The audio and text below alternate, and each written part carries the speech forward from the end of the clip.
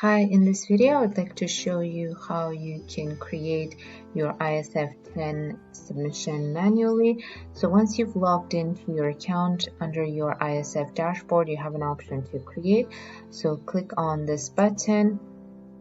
And now you will see different fields. All the mandatory fields would be indicated with the red asterisks, and each field will have a tooltip for you. So you can use the tooltip to get more information on each field. So you can go ahead and start populating the data here, starting with the bill of lading number, for example, and followed by the shipment type. You can select standard or regular filing. If it's carnet, you can select carnet. If it's informal, you can select informal. So depending on your shipments, you can select any of these options here, for example. And then you can go ahead and depending on your selection here, the mandatory fields will be changed.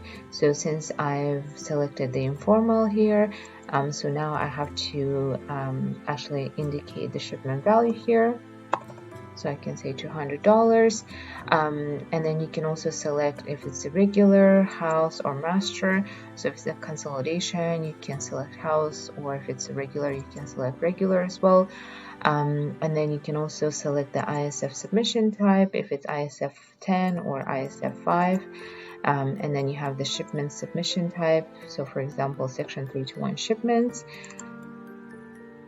And then you have the estimated date of arrival, as you can see under the tooltips, starting with the month, day, and then year, for example.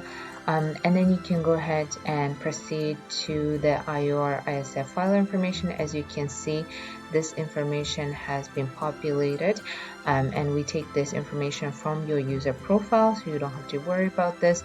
Then you have the parties information. So here you would need to basically go ahead and input your buyer information here, and then their address, city, country, and the zip code.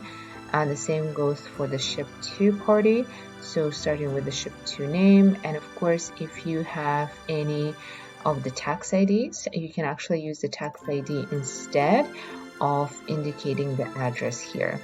So once you've entered all the parties information here, so you have the consignee information, you have the consolidated information, you have the scheduled container stuffing location, and the seller information here. And once you've done with the parties, you can move to the shipment details. Here what you can do is you can click on the plus sign here, and it will tell you how many data fields you would need to indicate for your shipments. And you can go ahead and start with the container type, for example, 20-foot container, open or close top, container number here, and then moving along, description here. And then once you've entered all the information, you can go ahead and basically click enter. And it will basically save the information that you've entered under the shipment details. As you can see, I still need to indicate 7 mandatory data fields here. And then once you've done with all the data fields, what you can do is you can go ahead and click save.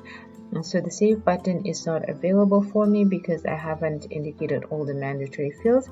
But once you've completed all the mandatory fields, you can go ahead and click save. And then once you've saved them, you will see them under draft. So for example, you can go ahead and click on the draft here, and then you can go through all the fields here. If you need to check, you can go ahead and check the information here. As you can see, all the parties have been entered here. You have all the shipment details here, and then you have all the IOR information and the importer security filing ISF-10 information here at the header level.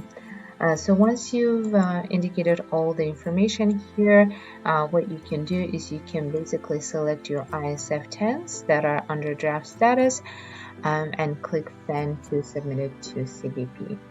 That's all for this video. Hopefully you found it useful, and thanks very much for watching.